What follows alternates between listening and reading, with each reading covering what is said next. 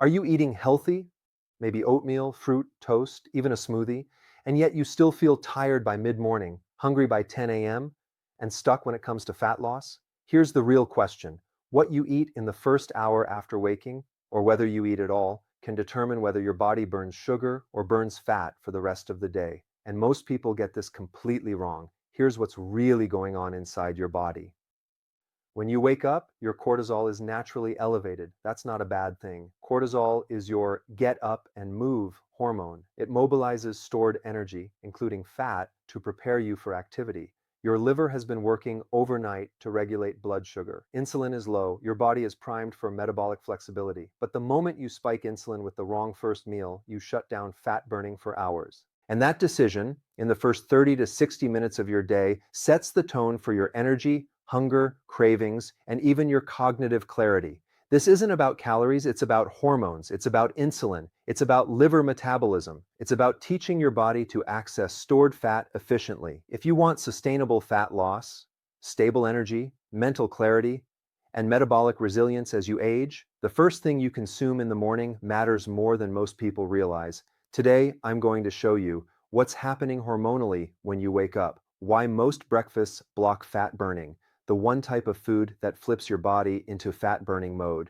the timing that makes it even more powerful, and how to use this strategically whether you're fasting, keto, or simply trying to lose weight. When you wake up in the morning, your body is not in a random state. It is in a very specific hormonal environment, and that environment is either going to work for you or against you.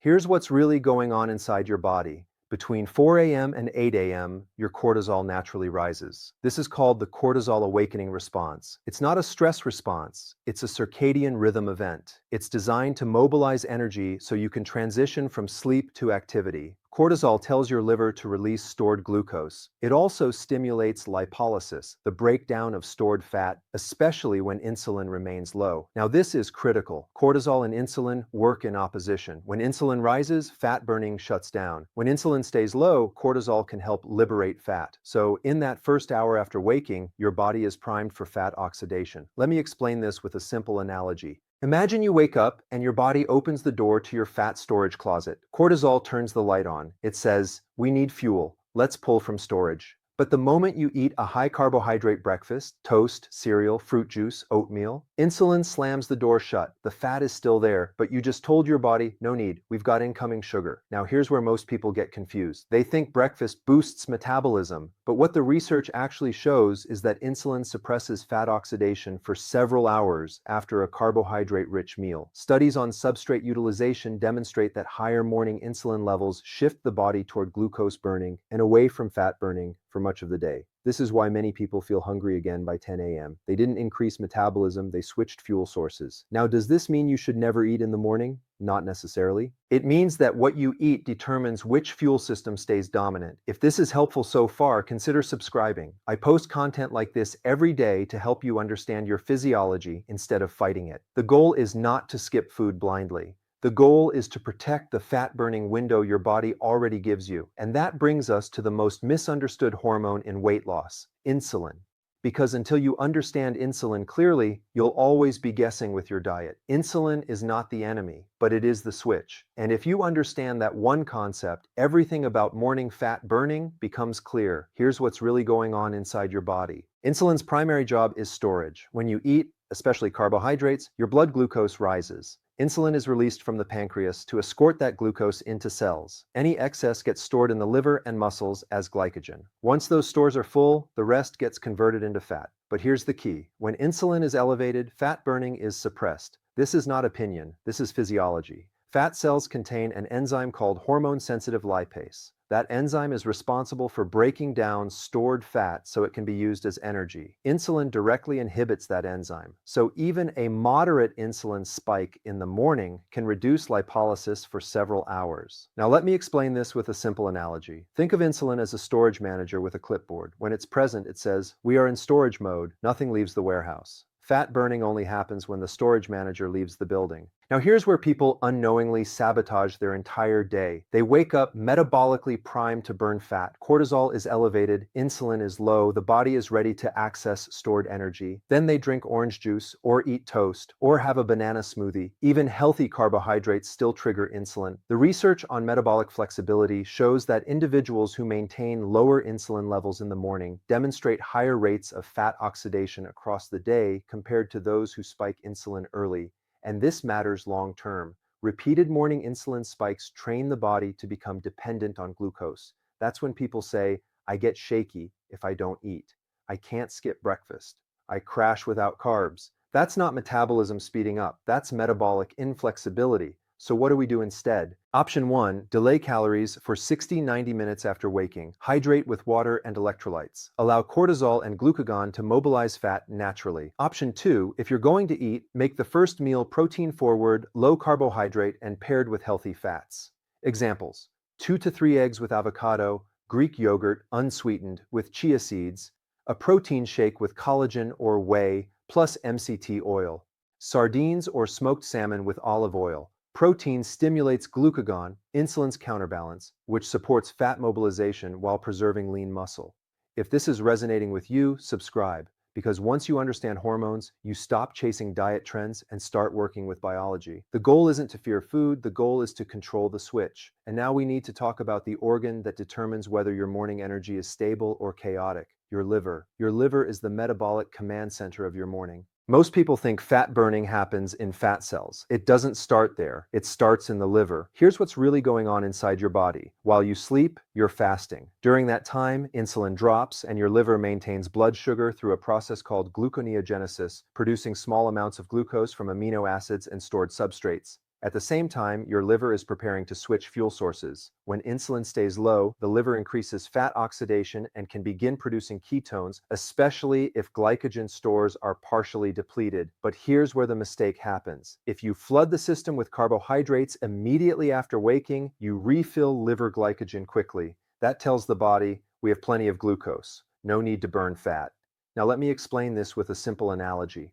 Think of your liver like a hybrid generator. Overnight, the battery level drops. In the morning, it has the option to recharge by switching into fat-burning mode. But if you instantly pour sugar into the system, you refill the gasoline tank instead. The generator never switches modes. This is why many people feel mentally foggy mid-morning after a carb-heavy breakfast. Their blood sugar rises quickly, insulin follows, and then glucose drops, creating reactive hunger. What the research shows is that rapid morning glucose elevations are associated with greater glycemic variability throughout the day, and higher glycemic variability is linked to increased hunger signals and impaired metabolic flexibility. So how do you protect your liver's fat-burning shift? First, hydrate immediately upon waking. Water plus a pinch of sea salt or electrolytes supports adrenal and liver function. Second, consider delaying caffeine for 60 to 90 minutes. Caffeine on an empty stomach can exaggerate cortisol and drive glucose output from the liver, leading to instability later. Third, if you eat, keep carbohydrates very low in that first meal. Less than 10-15 grams is a good target for those aiming for fat adaptation. Fourth, incorporate light movement before eating. A 10-20 minute walk signals muscle glucose uptake independent of insulin, improving metabolic switching. If this is helpful, consider subscribing. I break these processes down daily so you can work with your physiology instead of fighting it. Your liver determines your fuel source. Protect its morning transition, and you extend fat burning for hours. Now let's talk about the most strategic tool you can use in the morning: protein timing, and why it changes everything. Protein in the morning is not about muscle building. It's about hormonal direction.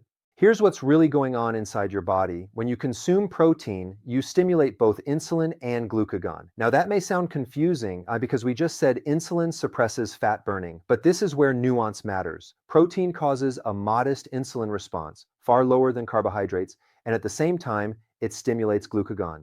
Glucagon is insulin's counter-regulatory hormone. It tells the liver to release stored energy and supports fat oxidation. So when protein is consumed in the absence of significant carbohydrates, the net hormonal effect favors metabolic stability, not fat storage. Let me explain this with a simple analogy. Think of insulin as the brake pedal and glucagon as the accelerator. Carbohydrates slam on the brake, but protein applies a light tap to the brake while simultaneously pressing the accelerator. The system stays balanced, and fat burning continues. What the research shows is that higher protein breakfasts improve satiety hormones like peptide YY and GLP-1, reduce ghrelin, your hunger hormone, and stabilize blood sugar for several hours. Studies comparing high protein versus high carbohydrate breakfasts consistently demonstrate reduced subsequent calorie intake and improved metabolic control throughout the day. This matters because hunger drives behavior, and behavior determines results. Now here's the strategy. If your goal is all-day fat burning, aim for 30-40 grams of protein within your first meal. Keep carbohydrates under 10 to 15 grams. Pair with healthy fats to slow digestion and stabilize glucose.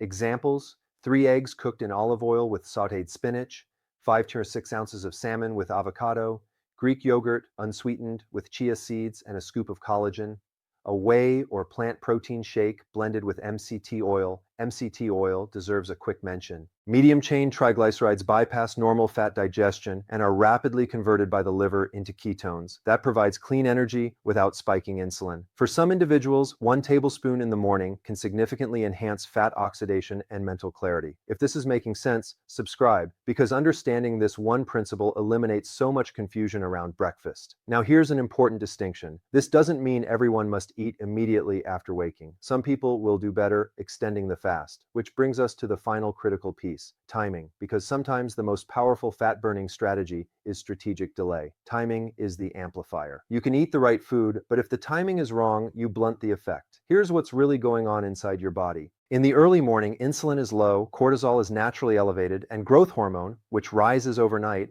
is still exerting fat-mobilizing effects. This creates a unique metabolic window where your body is highly capable of using stored fat for fuel. If you immediately introduce calories, you interrupt that window. But if you extend it strategically, even by 60 to 120 minutes, you magnify fat oxidation. What the research shows is that short periods of morning fasting improve metabolic flexibility, the body's ability to switch between glucose and fat as fuel. Studies on time-restricted feeding demonstrate improved insulin sensitivity, lower average insulin levels, and increased fat utilization when the eating window is delayed. Let me explain this with a simple analogy. Imagine your body wakes up with the fat-burning engine already running. If you wait before eating, you allow that engine to warm up and gain momentum. But if you immediately switch fuel sources, you shut that engine down before it reaches cruising speed. Now, this is where personalization matters. There are 3 practical approaches. Option 1, wake, hydrate, light movement, delay calories, 60-90 minutes. This works extremely well for individuals with insulin resistance or weight loss goals. Option 2, wake, light movement, high protein, low carb meal within 60 minutes.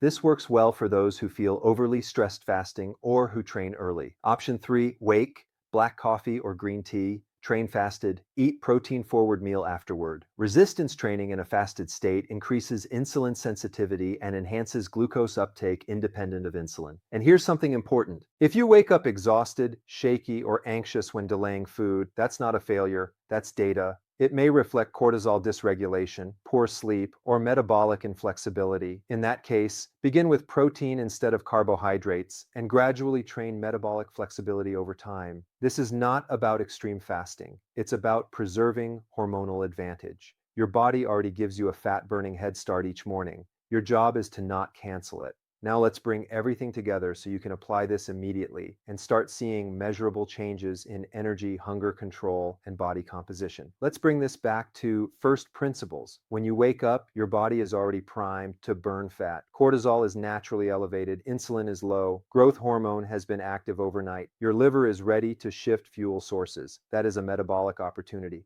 But the moment you spike insulin with a high carbohydrate breakfast, you shift into storage mode, and fat burning slows for hours. So here's what we've learned. Protect the morning window, control insulin, support the liver, use protein strategically, delay calories when appropriate. You don't need extreme dieting. You don't need stimulants. You don't need to starve yourself. You need to understand the switch. And the first hour after waking is one of the most powerful metabolic levers you control every single day. So here's your challenge. Tomorrow morning, change just one thing. Either delay food for 60-90 minutes and hydrate first, or replace your usual breakfast with a 30-40 gram protein, low-carb meal. Then pay attention. Notice your hunger. Notice your energy. Notice your clarity. Your body gives feedback quickly when hormones are working in your favor. If this added value, like the video and subscribe to join others who are optimizing their health naturally, using physiology, not willpower. I'll see you in the next one.